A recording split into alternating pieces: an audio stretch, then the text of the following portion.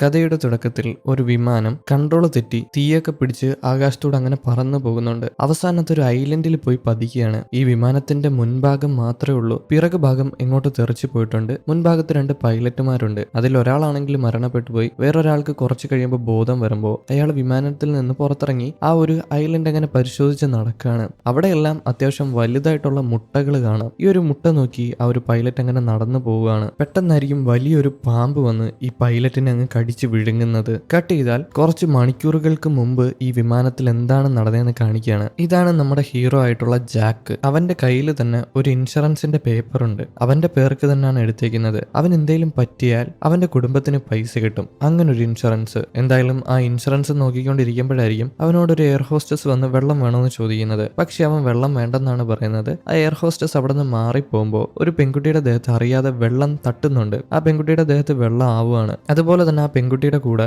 വേറൊരു മുടിയൻ പയ്യനുണ്ട്. അവനെ നമുക്ക് മുടിയൻ എന്ന് പറയാം. അവൻ ആ എയർ ഹോസ്റ്റസിന്റെ അടുത്ത് വഴക്കുണ്ടാക്കുന്നുണ്ട്. ഒരുപാടധികം ആ എയർ ഹോസ്റ്റസിനെ അപമാനിക്കുകയാണ്. എന്തായാലും ആ എയർ ഹോസ്റ്റസ് സോറിയൊക്കെ പറയുന്നുണ്ട്. അവരറിയാതെ ചെയ്തു പോയതാണ്. എന്തായാലും ആ പെൺകുട്ടിക്ക് നമുക്ക് ആലീസ് എന്ന് പേര് കൊടുക്കാം. ആലീസിനെ കാണുമ്പോൾ ജാക്കിന് എന്തൊക്കെയോ പഴയ കാര്യങ്ങൾ ഓർമ്മ വരുന്നുണ്ട്. ആലീസും ജാക്കും പണ്ട് കൂട്ടുകാരായിരുന്നു കേട്ടോ. ആലീസ് ജാക്കിന് എന്തോ ഒരു സാധനം കൊടുത്തിട്ടുണ്ടായിരുന്നു, ഒരു സ്മൈലിയുടെ സ്റ്റിക്കർ. ആ സ്മൈലിയുടെ സ്റ്റിക്കർ ഇപ്പോഴും അവൻ സൂക്ഷിച്ചു വെച്ചിട്ടുണ്ട്. അന്ന് ആലീസിന്റെ കൂടെ തന്നെ ഇപ്പൊ ആ എയർ ഹോസ്റ്റസിന്റെ അടുത്ത് വഴക്കുണ്ടാക്കിയ മുടിയൻ പയ്യനും ഉണ്ടായിരുന്നു. ഈ മുടിയൻ പയ്യനും അതുപോലെ തന്നെ ആലീസും കൂടെ എയർപോർട്ടിൽ നിന്ന് എങ്ങോട്ടോ പോകാനായിട്ട് നിൽക്കുമായിരുന്നു. അന്നേരമാണ് ജാക്ക് ആലീസിനെ കാണാനായിട്ട് വന്നതും അവൾ ആ ഒരു ചെറിയ ഗിഫ്റ്റ് അല്ലെങ്കിൽ ആ ഒരു സ്റ്റിക്കർ അവന് കൊടുത്തതും. പക്ഷെ എന്താണ് സംഭവം എന്ന് നമുക്കറിയത്തില്ല. ഇവര് തമ്മിലുള്ള കണക്ഷൻ എന്താണെന്ന് നമുക്കറിയില്ല. അത് മുമ്പോട്ട് പോകുമ്പോൾ മനസ്സിലാക്കാം. എന്തായാലും ജാക്കിന് ചെറിയ രീതിയിൽ വിഷമാവുന്നുണ്ട്. ഇനിയിപ്പോ ആ പെൺകുട്ടി കമ്മിറ്റഡ് ആയിട്ടുണ്ടെങ്കിലോ ആ ഒരു മുടിയൻ പയ്യനുമായിട്ടാണെങ്കിലോ കമ്മിറ്റഡ് ആയിട്ടുള്ള, അതുകൊണ്ട് തന്നെ ജാക്ക് അവന്റെ പ്രതീക്ഷയൊക്കെ നഷ്ടപ്പെട്ടിരിക്കുകയാണ്. അതുപോലെ തന്നെ ആലീസ് അവന് ഗിഫ്റ്റ് കൊടുത്തത് ആ ഒരു സ്റ്റിക്കർ അല്ലേ, ആ സ്റ്റിക്കർ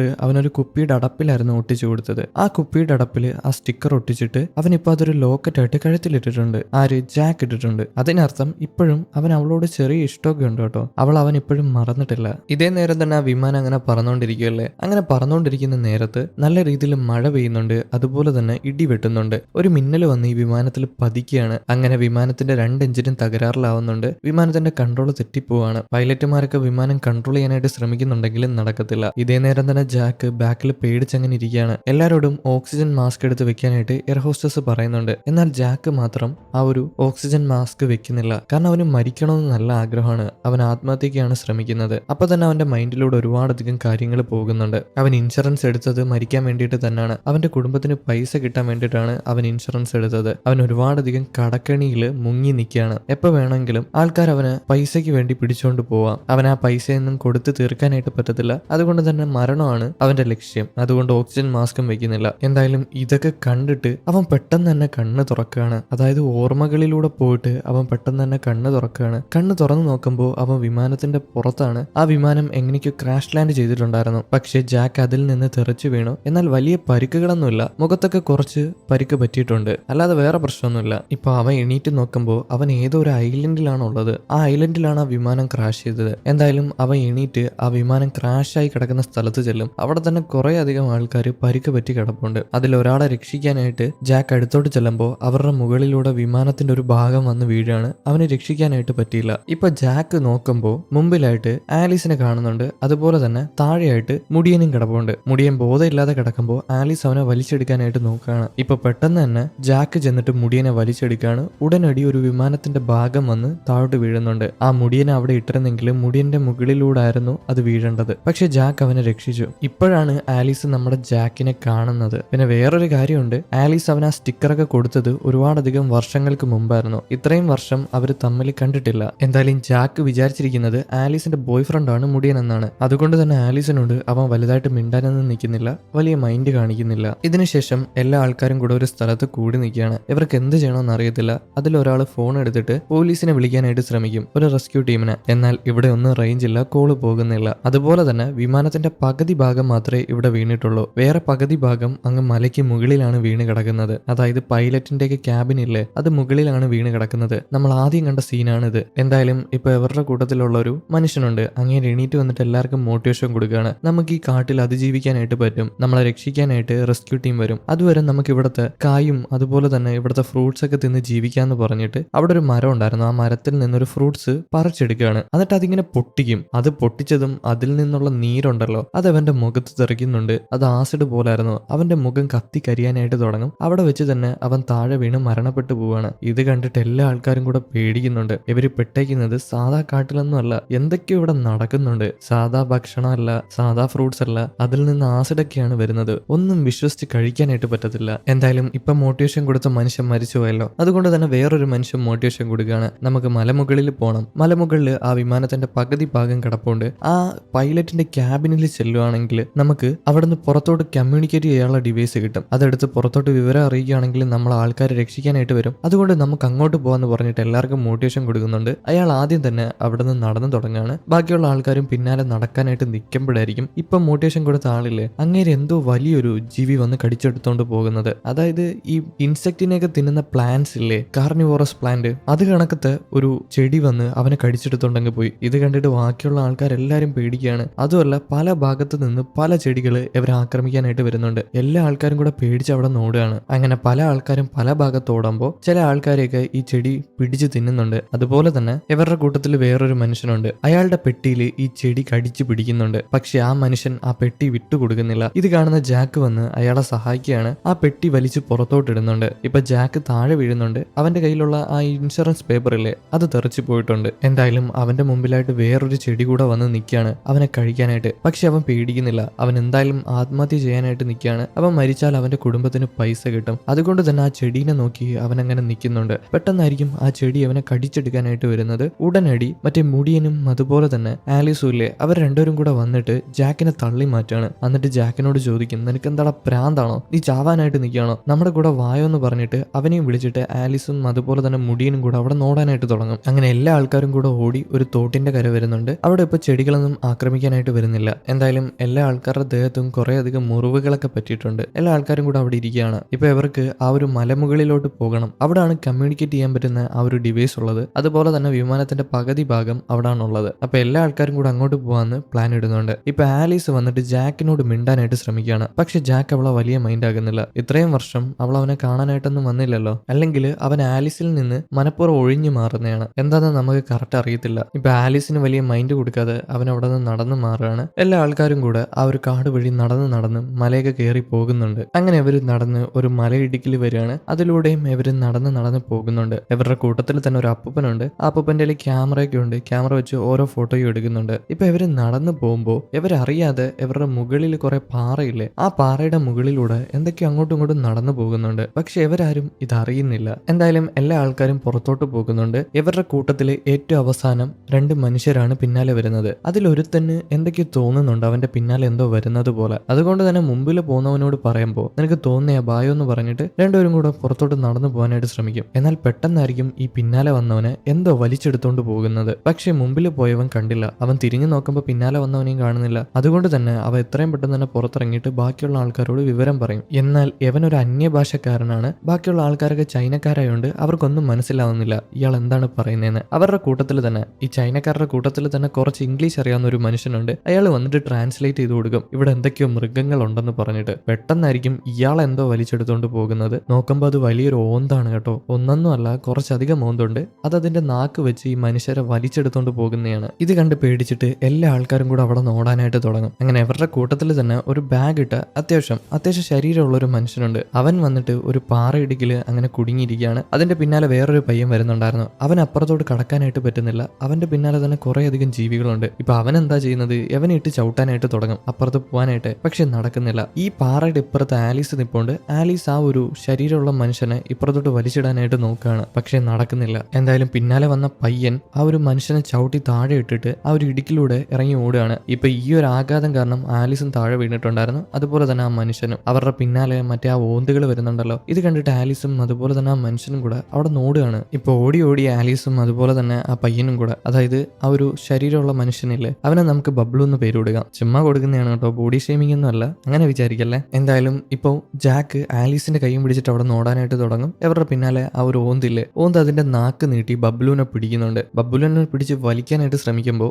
ഓന്തിനെ കൊണ്ട് കഴിയുന്നില്ല. കാരണം അവന് അത്യാവശ്യം നല്ല വെയിറ്റ് ഉണ്ട്. അതുകൊണ്ട് തന്നെ ഓന്ത് അവനെ വലിച്ച് താഴെ ഇട്ടിട്ട് അടുത്തതായിട്ട് ആലീസിനെ കയറി പിടിക്കുകയാണ്. ആലീസിനെ വലിച്ചെടുക്കാനായിട്ട് നോക്കുമ്പോൾ ജാക്ക് വിട്ടുകൊടുക്കത്തില്ല. ആലീസിന്റെ കയ്യിൽ മുറുകെ പിടിച്ച് അങ്ങനെ നിൽക്കുകയാണ്. അവസാനം അവളെ എങ്ങനെയൊക്കെ വലിച്ച് താഴെ ഇടുന്നുണ്ട് ജാക്ക്. പെട്ടെന്ന് തന്നെ അവളെ താഴെയാക്കിയിട്ട് അവൻ മുകളിൽ കയറുകയാണ്. ഉടനടി അവന് ആ ഓന്തിന്റെ നാക്ക് വന്ന് പിടിക്കുന്നുണ്ട്. അവനെ പിന്നിലോട്ട് വലിക്കുകയാണ്. പിന്നിലോട്ട് വലിച്ചോണ്ട് പോകുന്ന നേരത്ത് അവൻ ആലീസിനോട് പറയുന്നുണ്ട്, എനിക്ക് നിന്നെ അന്നും ഇന്നും ഒരുപാട് ഇഷ്ടമാണ്, നീ മാത്രമേ ഉണ്ടായിരുന്നുള്ളൂ എന്റെ മനസ്സിൽ. ഇത് പറയുമ്പോൾ അവൻ ആ ഒരു ഓന്ത് വലിച്ചെടുത്തുകൊണ്ട് പോകുന്നുണ്ട്. അപ്പോഴായിരിക്കും നമ്മുടെ ബബ്ലു ഇല്ലേ, അവൻ ചാടി വീഴുന്നത് ജാക്കിന്റെ മേലെ കൂടെ. അതുകൊണ്ട് തന്നെ ഇവന്റെ വെയിറ്റ് കാരണം ജാക്ക് തെറിച്ചു പോയില്ല. രണ്ടുപേരും കൂടെ താഴെ വന്ന് വീഴാണ്. ആ ഓന്തിന് ഇവർക്ക് പിടി കിട്ടിയില്ല. അതുകൊണ്ട് തന്നെ ഇവർ രക്ഷപ്പെട്ടു. എല്ലാ ആൾക്കാരും കൂടെ അവിടെ നോടാനായിട്ട് തുടങ്ങും. എന്തായാലും ആദ്യം തന്നെ മുടിയനും വേറെ കുറച്ച് ആൾക്കാരും കൂടെ ഓടിയായിരുന്നു. ആരെ, ആലീസിനെയൊക്കെ കളഞ്ഞിട്ട്. സ്വന്തം ജീവനല്ലേ അവരവർക്ക് എപ്പോഴും വലുത്. അതുകൊണ്ട് തന്നെ എല്ലാ ആൾക്കാരും ഓടിയിട്ടുണ്ടായിരുന്നു. അങ്ങനെ ഇവരെല്ലാരും കൂടെ ഓടി ഒരു കാട്ടിലാണ് വന്ന് നിൽക്കുന്നത്. പിന്നാലെ തന്നെ ആലീസും അതുപോലെ തന്നെ ജാക്കും പിന്നെ ബബിൾ പയ്യനും ഉണ്ട്. പിന്നെ എല്ലാവരും പല വഴിക്കാണ്, അങ്ങോട്ടും ഇങ്ങോട്ടും കാണാനൊന്നും പറ്റുന്നില്ല കേട്ടോ. അത് അത്യാവശ്യം നല്ല കാട് വലുതായി കിടക്കുന്ന ഏരിയയാണ്. ഇപ്പൊ ഇവരുടെ പിന്നാലെ വന്ന ആ ഓന്തുകളൊക്കെ ഇല്ലേ, അത് ആ കാടിനപ്പുറത്തോട്ട് വരുന്നില്ല. എന്തോ അതൊക്കെ പേടിച്ചിട്ട് തിരിച്ചു പോവാണ്. അതുപോലെ തന്നെ നേരത്തെ ആ ബബിൾ പയ്യനെ ചവിട്ടി തെറിപ്പിച്ചിട്ട് ഒരുത്തൻ ഒറ്റയ്ക്ക് ഓടി രക്ഷപ്പെട്ടില്ലേ, ആലീസിനെയൊക്കെ മറിച്ചിട്ടിട്ട്. അവനും ആ കാട്ടിൽ വന്ന് പെട്ട് നിപ്പോണ്ട്. എങ്ങോട്ട് പോകണമെന്ന് അറിയത്തില്ല. ഇപ്പൊ ജാക്കും അതുപോലെ തന്നെ ആലീസും കൂടെ ആ പാടത്തൂടെ അങ്ങനെ നടക്കുകയാണ്. അന്നേരം ആലീസ് ജാക്കിനോട് ചോദിക്കുന്നുണ്ട്, നിനക്ക് ഇപ്പോഴും എന്നെ ഇഷ്ടമാണോ? നീ നേരത്തെ എന്നോട് പറഞ്ഞല്ലോ നിനക്ക് എന്നെ ഇഷ്ടമാണെന്ന്, അത് സത്യമാണോ എന്ന് ചോദിക്കുമ്പോൾ ജാക്ക് അതിന് മറുപടി പറയുന്നില്ല. നമുക്ക് പിന്നെ സംസാരിക്കാം, നമുക്ക് ആദ്യം ഇവിടെ നിന്ന് രക്ഷപ്പെടാന്ന് പറഞ്ഞിട്ട് അവൻ മുമ്പോട്ട് നടക്കും. ആലീസിനും വെച്ചമായിട്ട് അവന്റെ പിന്നാലെ അങ്ങനെ പോവാണ്. ഇതേ നേരം തന്നെ ഇവരുടെ തൊട്ടടുത്ത് കാണിക്കുകയാണെങ്കിൽ വലിയ എന്തോ ഒരു ജീവി എന്തിനും വിഴുങ്ങിയിട്ട് തുപ്പിക്കളയുന്നുണ്ട്. എന്നിട്ട് അവിടെ നിഴഞ്ഞു മാറിപ്പോവാണ്. ഈ എഴയുന്ന ജീവി എന്താന്ന് മനസ്സിലായില്ലേ, അത് വലിയൊരു പാമ്പാണ് കേട്ടോ. അത്യാവശ്യം നല്ല വലുപ്പമുള്ള ഒരു പാമ്പ്. ഇപ്പൊ മറ്റേ നേരത്തെ ഓടി രക്ഷപ്പെട്ട ഒരുതനില്ലേ, ആലീസിനെയൊക്കെ മറിച്ചിട്ടിട്ട്, അവൻ ആ പാടത്ത് നിൽക്കുമ്പോൾ എന്തൊക്കെയോ ശബ്ദം കേൾക്കുന്നുണ്ട്. അത് കേട്ട് പേടിച്ചിട്ട് അവൻ അവിടെ നോടുകയാണ്. ഇതേ നേരം തന്നെ ബബിളും ആ കാട്ടിൽ നിൽപ്പുണ്ട്. അവനും എന്തൊക്കെയോ ശബ്ദം കേൾക്കുന്നുണ്ട്. അതുകൊണ്ട് തന്നെ അവനും അവിടെ നോടുകയാണ്. പെട്ടെന്നായിരിക്കും അവന്റെ പിന്നിൽ ആ പാമ്പിന്റെ വാല് വന്ന് തട്ടുന്നത്. ഇവൻ പെട്ടെന്ന് പേടിച്ചു പോകുന്നുണ്ട്. എന്താണെന്ന് അറിയത്തില്ല. ഇവൻ വിചാരിക്കുന്ന ഏതോ മനുഷ്യൻ അവനെ പേടിപ്പിക്കാനായിട്ട് ചെയ്യുന്നതാണെന്നാണ്, കൂട്ടത്തിലുള്ള ആരെങ്കിലും. പക്ഷെ അങ്ങനെയൊന്നും അല്ലല്ലോ സംഭവം. അങ്ങനെ ബബ്ലു പയ്യനാണെങ്കിൽ ഓടി ഓടി ആ കാട്ടിലൂടെ പോകുന്നുണ്ട്. കാരണം അവൻ നല്ല രീതിയിൽ പേടിച്ചിട്ടുണ്ട്. എങ്ങനെയൊക്കെ ഓടി മുടിയനും ബാക്കിയുള്ള ആൾക്കാരെ നിൽക്കുന്ന സ്ഥലത്ത് ചെല്ലുന്നുണ്ട്. ഇവൻ ഇങ്ങനെ പെട്ടെന്ന് വന്നപ്പോൾ എല്ലാ ആൾക്കാരും പേടിച്ചു പോയി. അതുകൊണ്ട് തന്നെ ഇവനാണെന്ന് മനസ്സിലാക്കിയപ്പോൾ എല്ലാവരും സമാധാനപ്പെട്ട് നിൽക്കുമ്പോഴായിരിക്കും നേരത്തെ വിധത്തൻ ഭയങ്കര സ്വാർത്ഥമായിട്ട് പെരുമാറിയില്ലേ, ഈ ബബ്ലു പയ്യനെയൊക്കെ തള്ളിയിട്ടിട്ട് ഓടിയില്ലേ, അവൻ ആ പാമ്പ് കടിച്ചെടുത്തോണ്ട് പോകുന്നത് ഇവര് കാണുന്നുണ്ട്. ഇതേ നേരം തന്നെ ജാക്കും അതുപോലെ തന്നെ ആലീസും കൂടെ അവിടെ നിൽക്കില്ലേ. ആലീസിനെ ജാക്ക് എടുത്ത് പൊക്കുന്നുണ്ട്. തൊട്ടടുത്ത് എവിടെയെങ്കിലും ആരെങ്കിലും ഉണ്ടോ എന്ന് അറിയാനായിട്ട്. ഫുള്ള് കാടല്ലേ, അതുകൊണ്ട് തന്നെ കാണാനായിട്ട് പറ്റത്തില്ല. കുറച്ച് പൊക്കത്തിൽ പോയാൽ കാണാൻ പറ്റും. അങ്ങനെ എടുത്തോണ്ട് നിൽക്കുമ്പോഴായിരിക്കും ആ പാമ്പിന്റെ വാല് വന്ന് ആലീസിനെ അടിച്ച് താഴെ ഇടുന്നത്. ജാക്കിന്റെ കയ്യിൽ നിന്ന് ആലീസ് തെറിച്ചു പോയിട്ടുണ്ട്. ഇത് കണ്ട് ഇവര് പേടിച്ചു പോകുന്നുണ്ട്. എന്തോ വലിയ ജീവി ഉണ്ടെന്ന് ഇവർക്ക് എല്ലാവർക്കും മനസ്സിലായി. എന്തായാലും ആലീസും ജാക്കും അവിടെ നോടുകയാണ്. ഓടി ഓടി മുടിയനും അതുപോലെ തന്നെ ബാക്കിയുള്ള ആൾക്കാരും നിൽക്കുന്ന സ്ഥലത്തോട് ചെല്ലും. അവരും പേടിച്ചോടുകയായിരുന്നു. എന്തായാലും അവര് നോക്കുമ്പോൾ ആ പാമ്പ് മറ്റേ ലവനെ കഴിച്ചു കഴിഞ്ഞു. എന്നിട്ട് ആ പാമ്പ് ഇവരെ ആക്രമിക്കാനായിട്ട് വരികയാണ്. എല്ലാ ആൾക്കാരും കൂടെ അവിടെ നോടുന്നുണ്ട്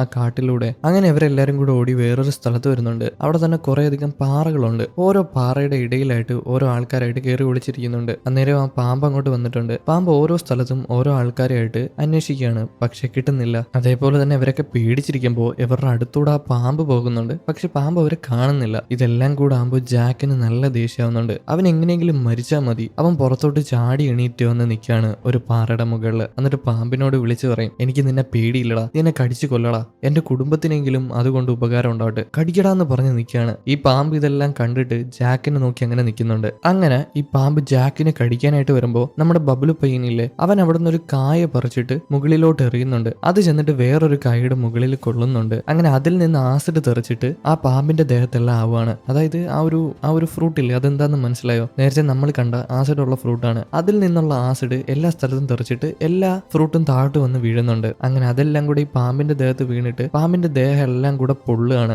ആസിഡ് വീണതുപോലെ ഉരുകയാണ്. പാമ്പിന് നല്ല രീതിയിൽ വേദന എടുക്കുന്നുണ്ട്. അതുകൊണ്ട് തന്നെ അത് തൽക്കാലത്തേക്ക് അവിടെ നിന്ന് മാറിപ്പോവാണ്. നിന്നെയൊക്കെ പിന്നെ എടുത്തോളാം എന്നുള്ള രീതിയിൽ. എന്തായാലും ഇത് കാണുന്ന എല്ലാ ആൾക്കാരും എന്താ വിചാരിക്കുന്നത്, ഇത് ജാക്കിന്റെയും ബബ്ലു പയ്യന്റെയും പ്ലാൻ ആയിരുന്നു എന്നാണ്. പക്ഷേ ജാക്ക് മരിക്കാൻ വേണ്ടിയിട്ട് തന്നെയായിരുന്നു അങ്ങനെ എണീറ്റ് നിന്നത്. എന്നാൽ ഇപ്പോഴും അവന് മരിക്കാനായിട്ട് പറ്റിയില്ല. പിന്നീട് എല്ലാ ആൾക്കാരും കൂടെ അവിടെ തന്നെ ഒരു ഗുഹ കണ്ടെത്തുന്നുണ്ട്. അതിനുള്ളിൽ കയറിയിരിക്കുകയാണ്. എവിടെയെങ്കിലും കയറിയിരുന്നാലല്ലേ ഇവർക്ക് ഇങ്ങനത്തെ ജീവികളിൽ നിന്നൊക്കെ രക്ഷപ്പെടാനായിട്ട് പറ്റൂ. അങ്ങനെ ഇരിക്കുന്ന നേരത്ത് ഇവരുടെ കൂടെ തന്നെ ഒരു ലേഡി ഉണ്ട്. ആ ലേഡി മുടിയനോട് ചോദിക്കും, ഞാൻ നിങ്ങൾ എവിടെയോ കണ്ടിട്ടുണ്ട്, ടിവിയിലാണ് കണ്ടത്, നിങ്ങൾ ആ വലിയ ബിസിനസ്സുകാരനല്ലേ എന്ന്. അതിനർത്ഥം മുടിയൻ വലിയൊരു ബിസിനസ്സുകാരനാണ്, മുടിയൻ ഞാനാണ് ആ ബിസിനസ്സുകാരനെന്ന് പറയുന്നുണ്ട്. പിന്നീട് മുടിയനാണെങ്കിൽ അവിടെ നിന്ന് പുറത്തിറങ്ങി പോകുന്നുണ്ട്. അവൻ ഇവിടെ ഇരുന്നിട്ട് എന്താ പോലെ തോന്നുകയാണ്. ആ ലേഡി എന്തൊക്കെയോ പറഞ്ഞപ്പോൾ അവൻ എന്തോ വിഷമായിട്ട് പുറത്തോട്ടിറങ്ങി പോവാണ്. ഇതേ നേരം തന്നെ ഇവരുടെ കൂട്ടത്തിൽ ഒരു ക്യാമറ ഉള്ള അപ്പൂപ്പനില്ലേ, ആ അപ്പൂപ്പൻ 2 കല്ലെടുത്തിട്ട് അതിങ്ങനെ ഉരസാനായിട്ട് തുടങ്ങും, തീയിടാനായിട്ട്. പക്ഷെ പക്ഷെ തീ കത്തുന്നില്ല. എന്തായാലും അപ്പൂപ്പൻ വേറെ കല്ലൊക്കെ കിട്ടുമെന്ന് നോക്കിയിട്ട് ആ ഗുഹയെല്ലാം അങ്ങനെ അന്വേഷിച്ച് നടക്കുകയാണ്. അന്നേരം അപ്പൂപ്പൻ അവിടെ നിന്ന് കുറച്ച് എണ്ണ കിട്ടുന്നുണ്ട്.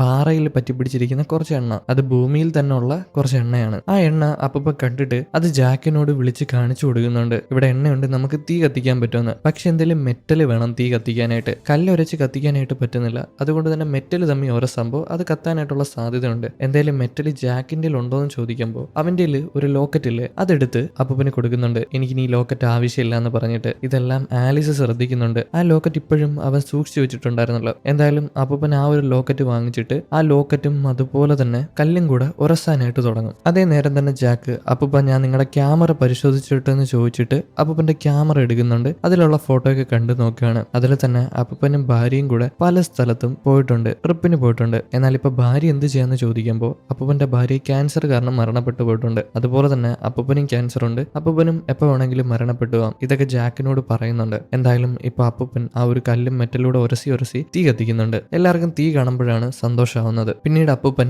ആ ഒരു ലോക്കറ്റ് എടുത്ത് ജാക്കിന്റെ കൊടുക്കുന്നുണ്ട്. ഈ ലോക്കറ്റ് ഒരിക്കലും നീ കളയാനായിട്ട് പാടില്ല, ഇതാണ് നമുക്ക് ഭാഗ്യം കൊണ്ടുവന്നത്, അതുകൊണ്ട് തന്നെ ഇത് സൂക്ഷിച്ചു വെച്ചോ എന്ന് പറഞ്ഞിട്ട് ആ ലോക്കറ്റ് ജാക്കിന്റെ കൊടുക്കുന്നുണ്ട്. പിന്നീട് എല്ലാ ആൾക്കാരും കൂടെ തീക്ക് ചുറ്റും അങ്ങനെ കൂടിയിരിക്കുകയാണ്. മുടിയെ മാത്രം പുറത്തു പോയി അങ്ങനെ നോക്കി നിൽപ്പുണ്ട്. അന്നേരം ആലിസ് ജാക്കിനോട് പറയുന്നുണ്ട്, നീ വിചാരിക്കുന്നത് പോലെ ഞാനും മുടിയനും തമ്മിൽ ഒന്നുമില്ല. ഞാൻ ഈ പ്ലെയിനിൽ വെച്ചാണ് അവനെ കണ്ടത് കുറെ വർഷങ്ങൾക്ക് ശേഷം. അതുപോലെ തന്നെ നിന്നെയും ഈ പ്ലെയിനിൽ വെച്ചാണ് കണ്ടത്. ഞാൻ നിന്നെ കാണാനായിട്ട് വന്നിരുന്നു, പക്ഷെ നീ അവിടെ ഇല്ലായിരുന്നു. പകരം നിന്റെ ബ്രദറിനെയാണ് കണ്ടത്. അവൻ പറഞ്ഞു നീ ആത്മഹത്യക്ക് ശ്രമിച്ച കാര്യമൊക്കെ. എന്തായാലും എനിക്കറിയാം നിനക്ക് ഇപ്പോഴും എന്നെ ഇഷ്ടമാണെന്ന്. അതുപോലെ തന്നെ മറ്റേ മുടിയന്റെ കാര്യം പറയുന്നുണ്ട്. മുടിയൻ വലിയൊരു ബിസിനസ്സുകാരനായിരുന്നു. എന്നാൽ ഇപ്പൊ അവൻ കടം കയറി ബിസിനസ് എല്ലാം പൊട്ടി ആത്മഹത്യയുടെ വക്കിൽ നിൽക്കുകയാണ്. എന്നാൽ മുടിയൻ ആത്മഹത്യ ചെയ്യാനായിട്ടൊന്നും മനസ്സില്ല, എങ്ങനെയെങ്കിലും ജീവിക്കണം. പക്ഷെ നമ്മുടെ ഹീറോയോ അവൻ ആത്മഹത്യ ചെയ്താൽ മതി, ജീവിക്കേണ്ട എന്നുള്ള അവസ്ഥയാണ്. ഇപ്പൊ മുടിയൻ ആ ഗുഹയ്ക്ക് പുറത്ത് നിൽക്കുകയല്ലേ. അവൻ നോക്കുമ്പോൾ പുറത്തായിട്ട് എന്തൊക്കെയോ കാണുന്നുണ്ട്. എന്തോ വെളിച്ചം അങ്ങോട്ടും ഇങ്ങോട്ടും പോകുന്നത് പോലെ. അവൻ എല്ലാ ആൾക്കാരെയും വിളിച്ച് കാണിച്ചിട്ട് നമ്മളെ രക്ഷിക്കാനായിട്ട് റെസ്ക്യൂ ടീം വന്നെന്നാണ് തോന്നുന്നത്. അതുകൊണ്ട് തന്നെ നമുക്ക് പോയി നോക്കിയിട്ട് വരാമെന്ന് പറഞ്ഞിട്ട് മുടിയൻ അവിടെ നിന്ന് നടക്കാനായിട്ട് തുടങ്ങും. എന്നാ പിന്നെ മുടിയന്റെ കൂടെ ഞങ്ങൾ പോവാന്ന് പറഞ്ഞിട്ട്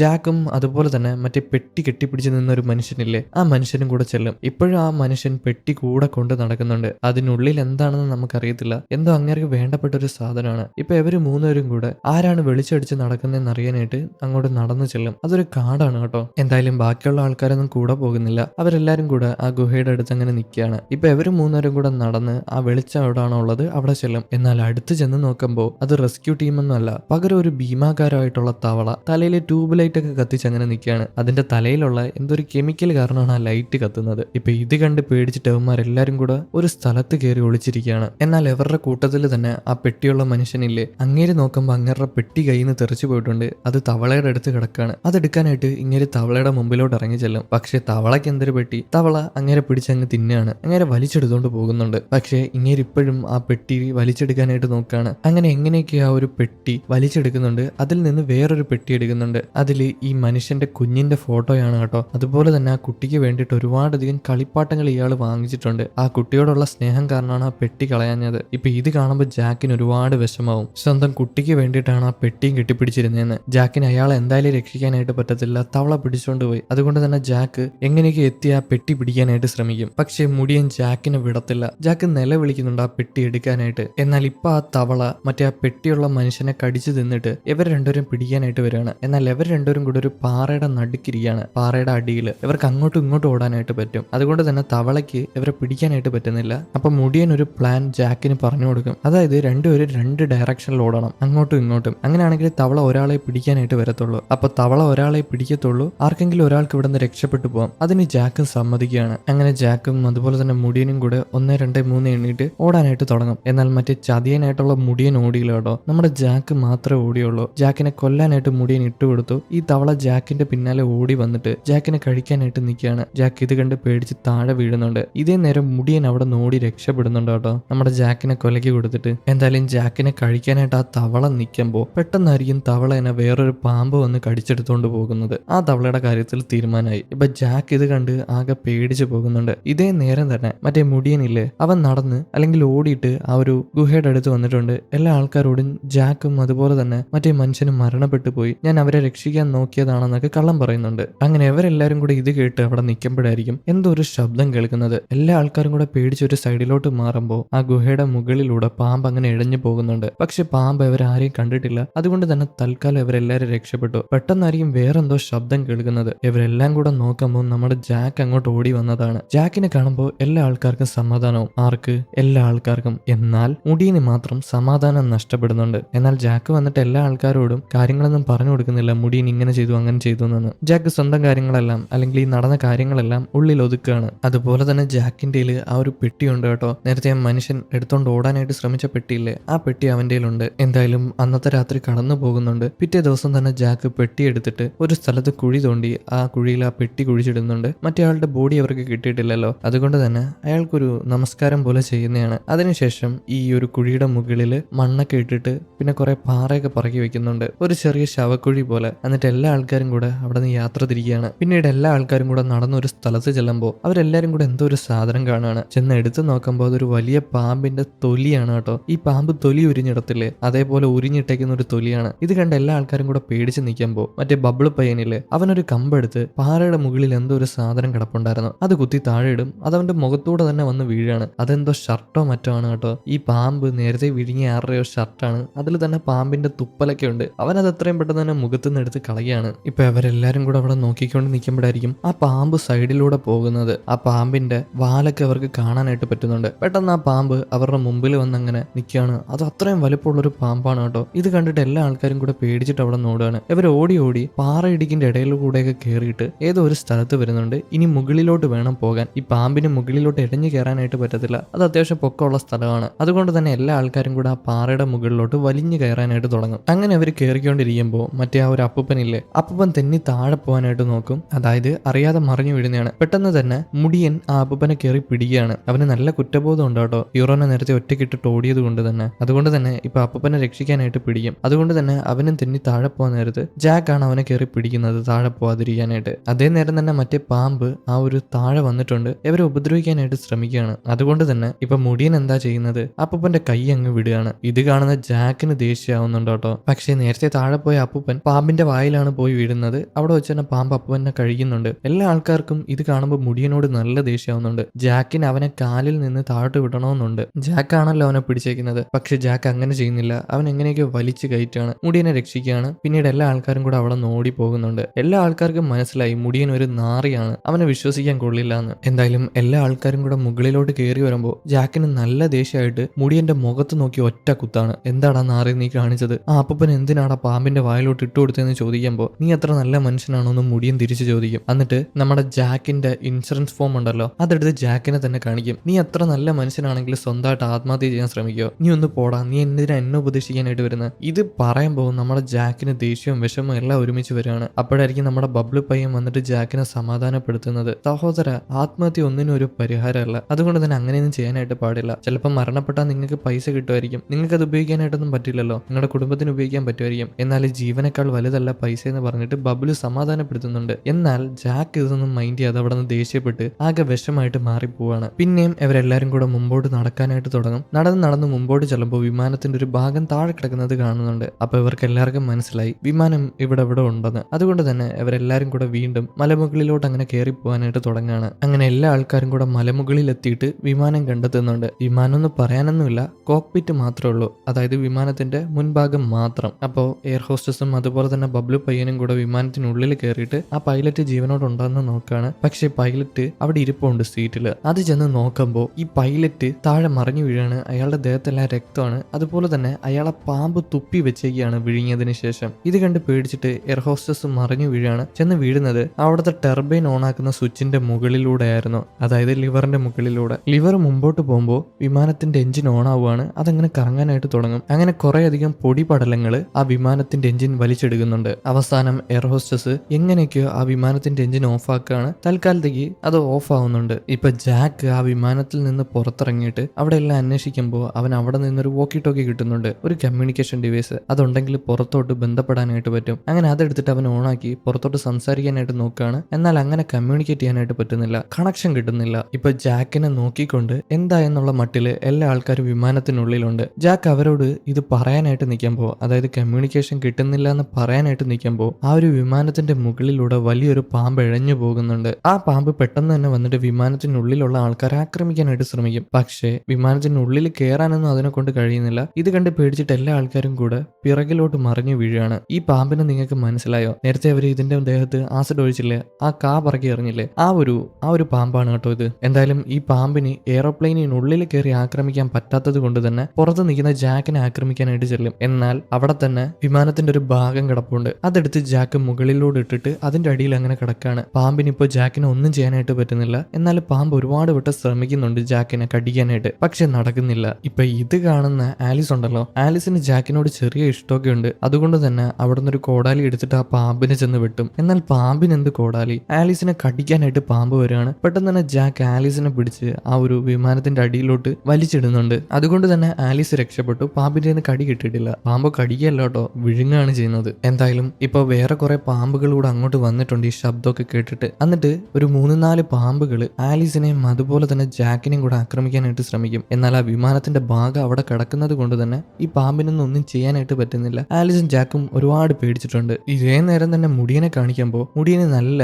കുറ്റബോധം തോന്നിയിട്ടുണ്ട്. അതുകൊണ്ട് തന്നെ മുടിയൻ ആ ഒരു വിമാനത്തിന്റെ മുകളിൽ കയറിയിട്ട് വിമാനത്തിന്റെ പാർട്സിലൊക്കെ ഇട്ട് അടിച്ച് ശബ്ദം ഉണ്ടാക്കാനായിട്ട് തുടങ്ങും. ഈ ശബ്ദം പാമ്പുകൾ കേട്ടിട്ട് മുടിയന്റെ അടുത്തോട്ട് ചെല്ലും. നമ്മുടെ ആലിസിനെയും അതുപോലെ തന്നെ ജാക്കിനെ രക്ഷിക്കാനായിട്ട് കുറ്റബോധം കാരണം ഈ ഒരു മുടിയൻ അങ്ങനെ ചെയ്തതാണ്. ഇപ്പോ മുടിയൻ വിളിച്ചു പറയുന്നുണ്ട് വിമാനത്തിനുള്ളിലുള്ള എയർ ഹോസ്റ്റസിനോടും അതുപോലെ തന്നെ ബബ്ലു പയ്യനോടും വിമാനം ഓൺ ആക്കാനായിട്ട്. എന്തായാലും എയർ ഹോസ്റ്റസ് വിമാനം ഓൺ ആക്കാനായിട്ട് നോക്കുമ്പോൾ നടക്കുന്നില്ല, അത് ഓൺ ആവുന്നില്ല ആദ്യം ഓൺ ആയതുപോലെ. ഇപ്പൊ ഈ പാമ്പുകളെല്ലാം കൂടെ അവനെ ആക്രമിക്കാനായിട്ട് വരികയാണ്. പെട്ടെന്നായിരിക്കും വിമാനത്തിനുള്ളിലുള്ള എയർ ഹോസ്റ്റസിനെയും അതുപോലെ തന്നെ ബബ്ലുവിനെ ആക്രമിക്കാനായിട്ട് ഒരു പാമ്പ് വരുന്നത്. പെട്ടെന്ന് ബബ്ലു വന്നിട്ട് എയർ ഹോസ്റ്റസിനെ തള്ളി മാറ്റാണ്. ബബ്ലുവിനെ പാമ്പ് കടിച്ചെടുത്തോണ്ട് പോകും. എന്നിട്ടും എയർ ഹോസ്റ്റസ് വീണ്ടും ശ്രമിക്കുകയാണ് വിമാനം ഓൺ ആക്കാനായിട്ട്. പക്ഷെ വീണ്ടും ആ പാമ്പ് വന്ന് എയർ ഹോസ്റ്റസിനെ കടിച്ച് മുറുകുന്നുണ്ട്. ഇപ്പൊ ജാക്കും അതുപോലെ തന്നെ ആ ഒരു ആലിസും പുറത്ത് കിടക്കുകയല്ലേ, അവരുടെ നേരെ പാമ്പുകൾ ആക്രമിക്കാൻ വരുന്നില്ല. കുറവാണ് ഇപ്പൊ പാമ്പുകൾ. എന്നാൽ പാമ്പ് മൊത്തം ആക്രമിക്കാൻ ചെല്ലുന്നത് മുടിയന്റെ അടുത്തോട്ടാണ്. മുടിയന്റെ കാര്യത്തിൽ ഇപ്പൊ തീരുമാനമായെന്ന് പറഞ്ഞ് നിൽക്കുമ്പോഴായിരിക്കും എയർ ഹോസ്റ്റസ് വിമാനത്തിന്റെ എഞ്ചിൻ ഓൺ ആക്കുന്നത്. അവർ അവസാന നിമിഷത്തിൽ എങ്ങനെ ഓൺ ആക്കിയതാണ്. ഓൺ ആക്കുമ്പോൾ എല്ലാ പാമ്പുകളും കൂടെ എഞ്ചിനിലോട്ട് വലിച്ചെടുക്കപ്പെടുകയാണ്. അങ്ങനെ പാമ്പുകൾ എഞ്ചിനിലൂടെ കയറിയിട്ട് കഷ്ണമായിട്ട് മുറിഞ്ഞു പോകുന്നുണ്ട്.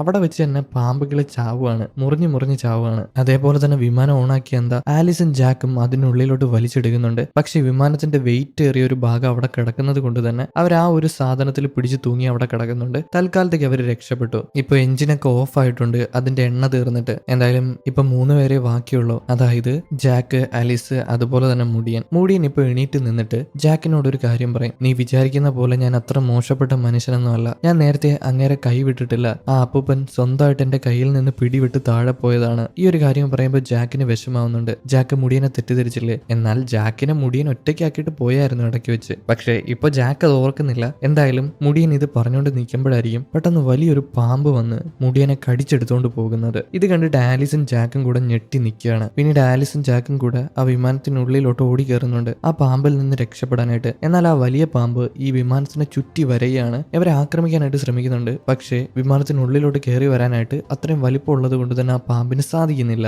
എന്തായാലും ആലിസും അതുപോലെ തന്നെ ജാക്കും കൂടെ അവിടെ ഇരിക്കുമ്പോൾ ആലിസ് അവനോട് ഇഷ്ടമാണെന്ന് പറയാണ്. ഇത് കേൾക്കുമ്പോൾ ജാക്കിന് അവളുടെ ജീവൻ വിട്ടുകൊടുക്കാനായിട്ട് പറ്റുന്നില്ല. ഞാൻ ഇത്രയും നാൾ ആത്മഹത്യ ചെയ്യാനായിട്ട് നടന്നു, ഇനിയെങ്കിലും എനിക്ക് നന്നായിട്ട് ജീവിക്കണമെന്ന് പറഞ്ഞിട്ട് അവൻ അവിടെ എണീക്കുകയാണ്. താഴ്ന്ന് വലിയൊരു കോടാലി എടുക്കുന്നുണ്ട്. ആ കോടാലി എടുത്തിട്ട് വിമാനത്തിന്റെ ഒരു ഭാഗം വെട്ടിപ്പൊട്ടിക്കുകയാണ്. എന്നിട്ട് ആലിസിനെ ആദ്യം തന്നെ പുറത്തിറക്കുന്നുണ്ട്. പിന്നീട് ജാക്കും പുറത്തോട്ടിറങ്ങി വരികയാണ്. അതുപോലെ ആ പാമ്പ് വിമാനത്തിനെ വരഞ്ഞു മുറുകിയത് കൊണ്ട് തന്നെ വിമാനത്തിന്റെ പെട്രോൾ എല്ലാം ലീക്ക് ആയിട്ടുണ്ട്. ഈ പാമ്പിന്റെ ദേഹത്തെല്ലാം പെട്രോൾ പറ്റാണ്. ഇത് അങ്ങോട്ടും ഇങ്ങോട്ടും എഴയുമ്പോഴേ ഇപ്പൊ ജാക്കും അതുപോലെ തന്നെ ആലിസും കൂടെ വിമാനത്തിൽ നിന്ന് പുറത്തോട്ടിറങ്ങി ഓടുമ്പോൾ ആ ഒരു പാമ്പ് അത് കാണുന്നുണ്ട്. ഇവരെ പിടിക്കാനായിട്ട് ഇവരുടെ പിന്നാലെ ചെല്ലുമ്പോൾ തൊട്ടടുത്തായിട്ട് ഒരു ഗുഹയുണ്ട്. ആ ഗുഹയിലോട്ട് ജാക്ക് കയറി ഓടുകയാണ്. ജാക്കും കൂടെ തന്നെ ആലിസും ഉണ്ട്. അന്നേരം തന്നെ അവന്റെ കഴുത്തിലൊരു ലോക്കറ്റ് ഇല്ലേ, ഒരു മെറ്റൽ ലോക്കറ്റ്, ആലീസ് ഗിഫ്റ്റ് ആയിട്ട് കൊടുത്ത ഒരു ലോക്കറ്റ്. ഗിഫ്റ്റ് ആയിട്ട് കൊടുത്തതല്ല, അവൻ ആ ഒരു കുപ്പിയുടെ അടപ്പ് ഗിഫ്റ്റ് ആക്കിയതാണ്, അല്ലെങ്കിൽ ഒരു ലോക്കറ്റ് ആക്കിയതാണ്. അത് അവൻ ഓടുന്ന നേരത്ത് അവിടുത്തെ പാറയിൽ ഉരച്ചിട്ടാണ് ഓടുന്നത്. ചെറിയ രീതിയിൽ തീ കത്തുമ്പോൾ അതിനെ വലിച്ച് പാമ്പിന്റെ നേരെ എറിയുന്നുണ്ട്. പാമ്പിന്റെ ദേഹത്തെല്ലാം പെട്രോളിയം കലർന്നിട്ടുണ്ടായിരുന്നല്ലോ. പാമ്പിന്റെ ദേഹത്ത് അത് തട്ടിയതും പാമ്പ് നിന്ന് കത്താനായിട്ട് തുടങ്ങും. കത്തെന്നൊക്കെ പറഞ്ഞാൽ ഇങ്ങനെ കത്തുവോ,